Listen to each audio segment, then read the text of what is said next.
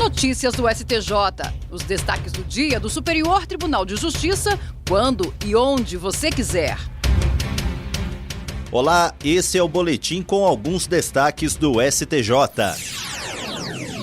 A quinta turma do Superior Tribunal de Justiça decidiu por maioria de votos que informações fornecidas exclusivamente por terceiros não são suficientes para justificar uma busca domiciliar. Segundo o entendimento do colegiado, a entrada de policiais em uma residência sem mandado judicial ou autorização do morador somente pode ocorrer quando houver elementos concretos que indiquem a existência de flagrante delito. O caso analisado envolveu um homem condenado por tráfico de drogas após ser apontado por co-réus como fornecedor dos entorpecentes apreendidos.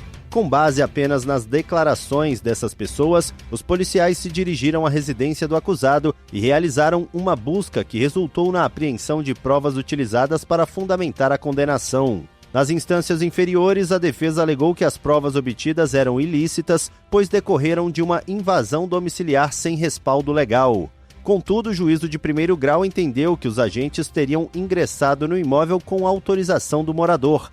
Já o Tribunal de Justiça de Goiás considerou a diligência válida por estar amparada nas informações fornecidas pelos co-réus. No STJ, ao analisar o recurso, o relator, ministro Ribeiro Dantas, concluiu que os relatos dos co-réus desacompanhados de outros elementos probatórios não constituíam justa causa para a entrada dos policiais na residência. Além disso, destacou que não houve comprovação da suposta autorização do morador para o ingresso dos agentes. O ministro ressaltou que cabe ao Estado demonstrar a existência do consentimento quando este é utilizado para justificar a busca domiciliar.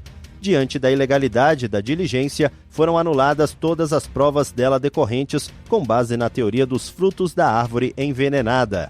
Como não havia outras provas capazes de sustentar a acusação, o réu foi absolvido.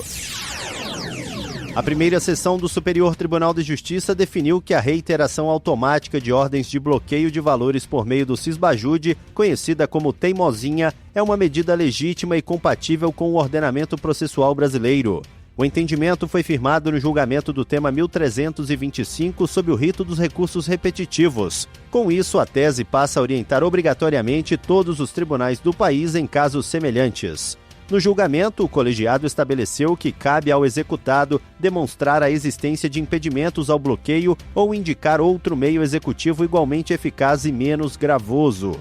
Além disso, a primeira sessão definiu que, após a formação da relação processual, o indeferimento da utilização da teimosinha exige fundamentação concreta, não sendo admitidas decisões baseadas apenas em argumentos genéricos.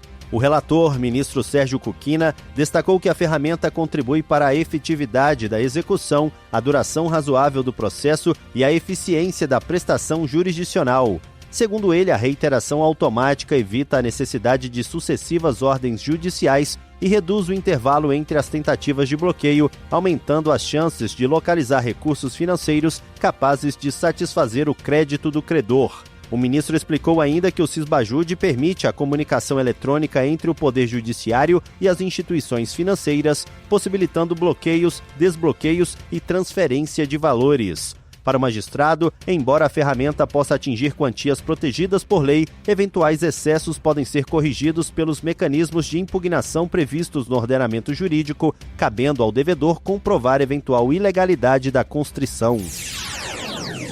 A primeira sessão do Superior Tribunal de Justiça decidiu que a flexibilização do critério de baixa renda para a concessão do auxílio reclusão só é possível para prisões anteriores à medida provisória 871 de 2019. No regime anterior à medida provisória, o benefício poderia ser concedido se a renda do segurado preso na data do recolhimento à prisão fosse ligeiramente superior ao limite legal. Após a medida provisória convertida na Lei 13.846 de 2019, o tribunal estabeleceu que não é mais possível flexibilizar o teto de renda, pois o cálculo passou a considerar a média dos salários de contribuição dos 12 meses anteriores à prisão, salvo se o executivo deixar de corrigir o limite anual pelo índice aplicado aos benefícios previdenciários. O relator, ministro Teodoro Silva Santos, destacou que o STJ já flexibilizava o critério econômico para preservar a finalidade do auxílio reclusão, destinado à proteção dos dependentes do segurado. Explicou também que o benefício é previdenciário e contributivo, exigindo comprovação de baixa renda conforme parâmetros atualizados anualmente. De acordo com o ministro, os precedentes que admitiram flexibilização sempre trataram de pequenas diferenças e de prisões anteriores às alterações legais. Com a nova legislação, o critério objetivo tornou-se mais preciso ao adotar a média salarial, afastando distorções. Essa decisão foi tomada em julgamento realizado sob o rito dos recursos repetitivos, tema 1162. Isso significa que ela vai orientar os demais tribunais do país quando julgarem casos semelhantes. Agora, processos que estavam suspensos sobre esse tema devem voltar a tramitar. E esse foi o Notícias do STJ de hoje. Para ouvir mais, acesse o Spotify ou o SoundCloud do STJ. Tchau, tchau. Notícias do STJ, uma produção da Secretaria de Comunicação Social do Superior Tribunal de Justiça.